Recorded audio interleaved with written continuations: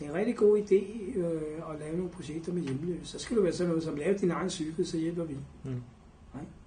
Men folk skal bare forstå det at lave en aftale med en hjemløs. Den er du ikke.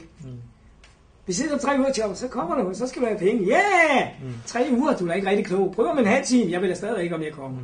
Hvor skulle jeg vide fra? Jeg ved ikke, hvad der sker. Det kunne være, at jeg drak mig stiv og gik ud foran en bil, ikke? Det kunne også være, at jeg løb ind i nogle rokker, der ikke kunne lide mig. Det kunne også bare være, at jeg mistede målet. Det kan du gøre i løbet af 20 sekunder. Fordi jeg er udenfor, jeg har brugt 24 timer, venner. Der er ikke meget synd, men der er sat med mange, der dømmer mig. Så skal du have. Så skal jeg ikke så meget til for at vælte læset, det kan du godt se. Du bliver temmelig anti-asocial. Så hvis du skal have fat i hjemløs på en fornuftig måde, så skal du gøre noget socialt med. Og være interesseret i hjemløse. Alle, der kan gøre deres hverdag lettere, det giver sig selv. En varm sovepose. I stedet for at have mine ting, i stedet for at stå rum på dem. Som ikke bliver brændt af, som ikke bliver stjålet. Det er nok de største bekymringer af hjemløse. Det er skide hjem, og den er sgu for tung. Men den er nødvendig. Vi skal sove nu.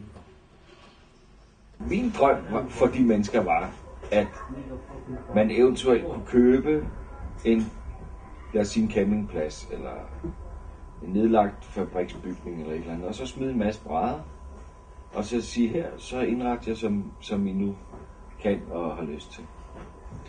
Altså, så kunne de jo så bygge sig et lille træhus, eller de kunne lave en telt, eller et eller andet. Et sted, hvor der selvfølgelig er meget få, men overskuelige regler. Det kunne være sjovt, hvis man kunne lave, tænk, hvis vi kunne lave en campingplads, og bare smide nogle brædder og noget forskelligt af, ikke? Der er det nu igen det der med, altså det er en stor frihed at gå på gaden. Ja. Det er det ikke også, men jeg tror da nok, altså de fleste, de vil sgu godt have en god seng og sove en gang, men det kunne jeg ikke forestille mig inden, altså. Det vil jeg i hvert fald, og det savner jeg sgu meget. Jamen altså, du kan få din morgenmad her, og så er der jo gratis kaffe og te og så videre, og jamen altså, du har mulighed for at kunne få vasket tøj her, få et bad og få noget rent tøj på, og der er fodterapeut her, der er sygeplejersker hver dag, så... Jeg er ude på gaden, venner. Jeg ved ikke, hvad der sker med familien. Så det der med at skulle styre ting, det skal man ikke overlade til hjemløs. Men der er nogle af os, der har nogle gode idéer, der kan fungere. Og det er jo klart, det er jo fordi, jeg kender problemet. Til udløse. Der snakker vi om noget, som folk kan være fælles om. Noget, som folk kan glæde sig til. Noget at stå op til. Det kan være sådan noget som bierturnéen. Men er det... Eller arbejde med grønne planter. Så de her ting er der jo. Så er der hjemløsfodbolden. Så er det de skæve boliger. Jamen, vi omgås ligesom alle andre mennesker.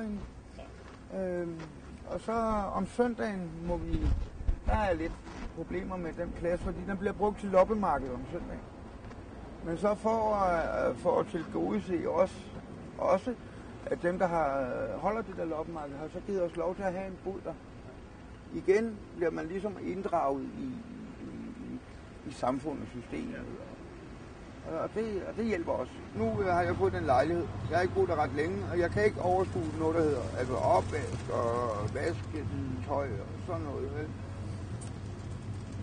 Så jeg har fået en besøgsmand, som så hjælper mig med de ting, og han er kanon god. Det er den bedste ordning, der nogensinde er blevet lavet. For andre folk har det overskud til at hjælpe andre mennesker. Bare for at få et smil eller en god snak, ikke? Så. Jeg kan godt lide at lave et godt stykke arbejde. Og gøre noget, folk kan bruge. Og sætter lidt pris på. Så må du være her til middag. Det gælder om at finde noget, som folk kan samle sig.